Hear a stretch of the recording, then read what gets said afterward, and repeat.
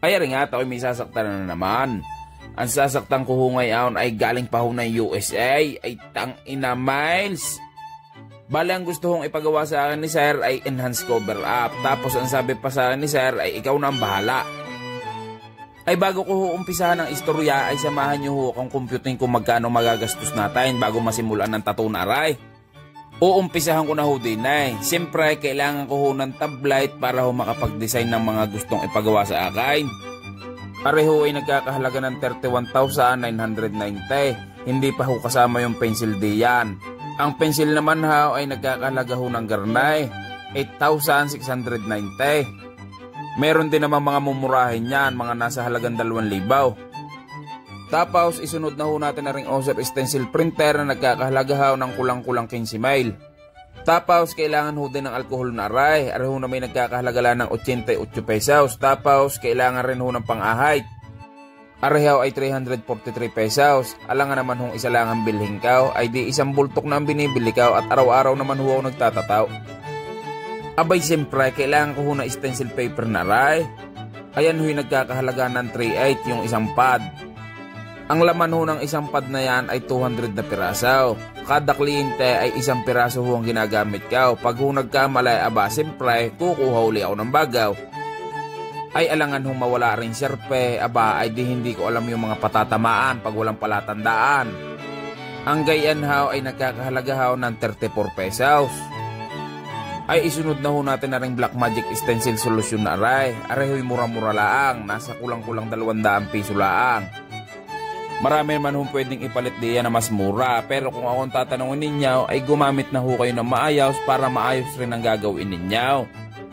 Siyempre, kailangan ho rin natin ng face mask at baka mahimatay ang kliyente sa baho ng hininga mo na hayop ka. Kaya na may nagkakahalaga lang ng 40 hanggang 60 pesos yung isang kahon.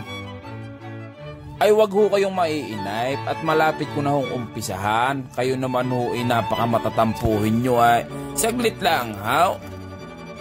Ay di naman ho tayo dumakaw sa table cow. Kailangan ho natin ng garnay aring dental bib na aray na nagkakahalaga ho ng 140 pesos. Ayun ho, 25 piraso lang ha. Siyempre, kailangan ho rin natin ng disposable na tang depressor para ho pang sungkit ho dun sa Achops Glide. Ay alangan namang kamay natin palagay. Aba, ay di nagka-cross contamination. Ayan ho'y nagkakahalaga ng 120 pesos. Kailangan ho rin natin na rin double-sided tape na aray. Ayan ho ay pangkapit ko ho dun sa aking mga ink-caps para ho hindi manabaw. Ayan naman ho ay 27 pesos lang. Abay siyempre, kailangan ho rin natin na rin disposable na ink-caps. Arin naman ho ay 650 pesos yung isang pack. Ayan ho'y nagkakalaman ng 1,000 pirasaw. Pero ang presyo ho na yan ay depende ho rin sa lakay. Tapos kailangan ho rin na ring adhesive tape na aray. Ayan ho ay ginagamit hong pambalot dun sa makina. Ayan ho'y kulang-kulang 750 pesos yung isang pack. Ang laman ho ng isang pack ay 10 o 8 pirasaw. Dini naman ho tayo dumako sa makina. Ang makina hong aray ay nagkakahalaga ho ng $1,149 o nagkakahalaga ho ng 65,000 pesos. Kung medyo mabigat ho sa inyo ang presyo ng tunay na makina, meron naman hong available na replica na rice sa Shopee o sa Lazada na nagkakahalaga ng kulang-kulang 14 mile. Abay kailangan ho rin natin ng barrier film na aray. Arehaw ay 238 pesos. Kailangan ho ayan para ho doon sa lagi nating mga hahawakan. Kailangan natin rin balutan ng mga yan. Ay tingnan naman ho ninyo bago makapag-umpisa kung magkano na ang nagagasta. Kailangan ko rin na rin disposable cartridge needle holder. Gawa nga ha, yung mga karayom ka pag inilatag kulaang ay mananabaw. Pag humay garnay, napakalaking alwan at nandudong lang sa isang puis daw. Arehaw ay 614 pesos. Pero 24 piraso ho lamang. Dini naman ho tayo dumakaw sa karayom kong aray. Arehaw ay 515 pesos yung isa hong kahon. Arehong Red Dragon cartridge needle na aray ay available ho sa Osus Tattoo Supply. Tapos, dini naman tayo dumakaw sa aking tinta. Arehong Dynamic Triple Black na aray ay nagkakahalaga ng 2,200 pesos. Tapos arehong Witch Hazel na aray na pandilyot ho ng tinta ay nagkakahalaga ng 458 pesos. Yun ho nagtatanong kung ano ho yung which sisal ay arehaw.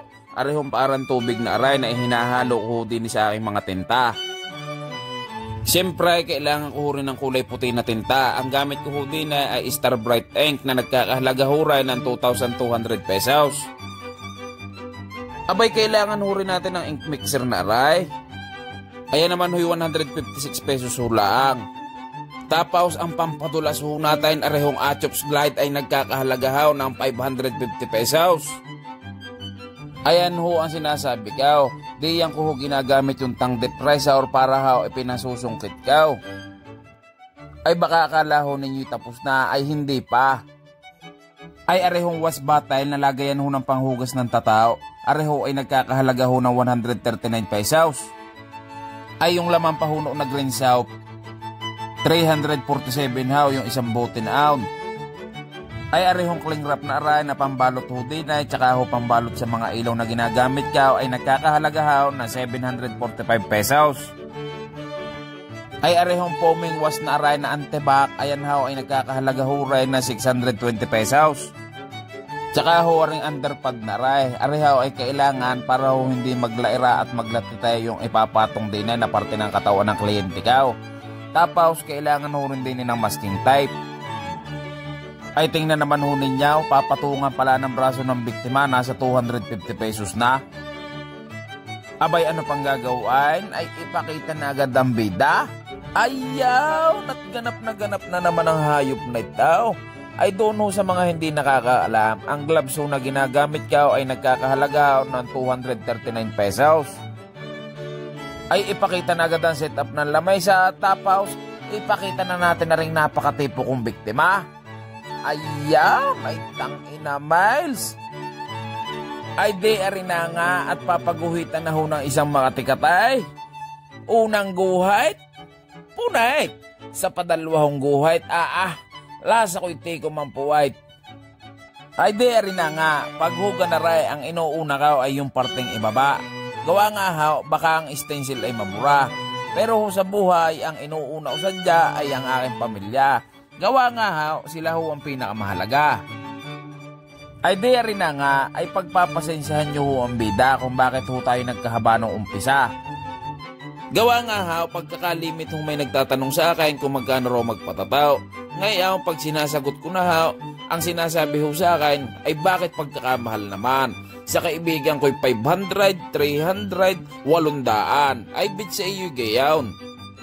Ay gaya ho na rin ng Bing spray na aray na nagkakahalaga ho ng 650. Kaya ho nung ako'y nag-umpisa kanina ay nilagyan ko na ho ng presyo yung mga gagamitin ko para nga ho nauunawaan ninyo. Ay doon ho sa mga hindi ho nakakaalam, ang minimum ko ho din sa akin tatuan ay 1,500 tsaka ho 2,000. Yung 1,500 ho ay yun ho ay sa minimalist na black and gray, tapos yung 2,000 ay minimalist ho na color. Ang minimum size ko ho ay 2x2 hanggang 2x3 inches.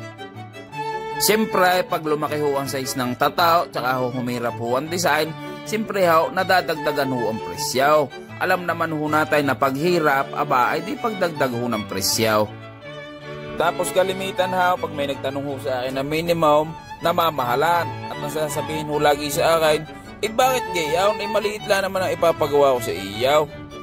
Ayun nga ho, kaya ho natin gagawin ho ang video na ito ay di para ho maunawaan ho ninyo. Pag ho minimum, ayun ho yung minimum na nagagamit ho namin sa pagsiset up ho namin ng aming table. Ayan na ho ay kahit pa ho yan igatuldok lang ang ipapatatunin niya o pangalan lang nakatiteng, ay sadyang gayon ho rin. Gawa nga ho, gayon ho rin naman ang iseset up namin sa table namin na Ay alangan naman hunggar na yung sabihin ko sa mga tattoo supply. Ang mga nagtatanong ho sa akin ng minimum ka ay nagre-reklamo, ay baka ho mababawasan ninyo ang presyo ng mga pinagbibili ninyo. Abay alangan hong gayon ang sabihin ka, ay di nakakahiya. Kung kayo ho ay hindi nahihiya sa akin, ako ho ay nahihiya ho dun sa mga binibilhang ka. Tsaka ho garnay, huwag nyo hong mamasamain ang sasabihin ko ha. Lagi hong sinasabi garnay, sa kaibigan ka o sa kakilala ko'y mura laang. Ay galing na ho mismo sa bibig ninyo ay. Palay kaibigan na ho ninyo, hindi nyo pa ho dun ipagawa. Diba nga ho sabi ko sa inyo, din ho ay walang pilitan. Hindi ko ho kayo pipilitin, malaya ho kayo kung kanino nyo ho gustong ipagawa. Kung medyo ho mabigat para ho sa inyo, ay pag-ipunan ho ninyo. Ay gaya ko ho, ako ho, pag may gusto ho akong bagay, sadyang pinag-iipunan ko. Ay ari pa ho, bibigyan ko ho kayo ng sampaul. Doon ho sa mga nagpapariband. Diba ho, pagkamahal ho magpariband, 5,000, 8,000, 10,000, 15,000, ay tingnan niyo, pag unat naman ang buhok, pag ho naman tumubaw, ay sadya namang balik uli sa kulot day. Pag bumalik ho sa pagkakulot, aba, ay di pa ni bagong bayad na naman. Ay di ni ho sa tataw, sadya naman pag naitatuna sa inyo, ay hindi na ho mabubura hanggang kayo maagnas na. Tsaka ho, ari pa, bukod ho dun sa gamit ng mga mahal, ay kaya mahal ho din magpatataw, gawa nga ho, kailangan ho yan ng napakahabang pag-aaral. Dapat sadya ikaw meron ka diyang skills, tsaka dapat meron ka diyang pasensya. Tapos ayun nga ha, yun hong padalwa, kaya ho medyo ho mahal rin magpatataw. Gawa nga ha, medyo mahal ho rin ang mga gamit. Gawa nga ha, kailangan ha, disposable lahat ang gamit para masiguro ho namin naligtas ho ang aming mga kliyente. Ang patatlo ha, kami hong mga tattoo artist, kami ha ay walang sahod kagaya ninyo. Nakadepende ho ang aming kita sa kung anong pinagagawa ng kliyente namin. Tapos, ari pa, ang tattoo ho ay isa hong luhaw. Diba ho kayo pag may luho kayo at gustong gusto ninyo, ay diba ho pinag-iipunan ninyo. Gayon ho dapat magpatataw. Kaya ho, pasensya na. Diba nga ho sabi ko sa inyo, ari ho ay trabaho ka. Nagkataon lang ho gustong gusto ko ho ang ginagawa ka. Kaya ho, nag-i-enjoy ho din ako. Nagmumukha na lang ang hobby sa paningin ninyo. Di ni ho ako nakuha ng pantagoy ko sa pamilya ko. Ayon hong minimum ko din sa aking tatuan, ayun ho ang nagsisilbing sahod ko. Ay tatanungin ko ho kayo, diba ho kayo nagtatrabaho din? Ano ho kaya't bawasan ko rin ng sahod ninyo? Payag ho kayo. Gasasabihin pa sa akin ni Garnay, ay saglit mula namang gagawin ay ibit namang gayong kamahal. Saglit ko nga lang hong gagawin. Ay yun hong pag-aaral ka, yun hong naging proseso. Ang nakikita nyo lang ho palagi ay yung resulta. Ay yung proseso ho. Yung bago ho ako nakarating din ay para ho mapadali ang trabaho na pinagagawa ninyo. Ayun ho ang hindi nyo ho nakikita. Ang nakikita nyo lang ho palagi ay yung resulta. Ay ang bida ho ay pagpapasensyahan ninyo ha. Sadya tayo yung nagkakakwentuhan ho lang. Pero sa tunay ho, tayo ho pala'y nagkakahaba na naman ng istorya. Hindi ko ho namamalayan, arehong itinatatukaw ay tapos na pala. Ay siya, ayun na ho ang bahalang sumintain siya kung ano sadya naging resulta. Gawa nga ho, arehong aming cover up session ay tapos na ho pala. Aring enhanced cover up ho na aray ay inabot lang ho ng kulang-kulang 4 na oras. Ay maraming salamat ho sir sa pagdayo nyo din sa aking munting tatuan. Ayaw na't nagpalago to ka na ho ng tigigisa. Hanggang sa susunod na lang ho nating sakitan. Ay doon ho sa mga may katanungan, pwede nyo ho akong i-message din ay sa aking Facebook page. Pwede nyo rin akong i-message din ay sa aking Instagram. Ay siya, pasyalan nyo na lang ako din sa aking tatuan din sa Lian, Batangas.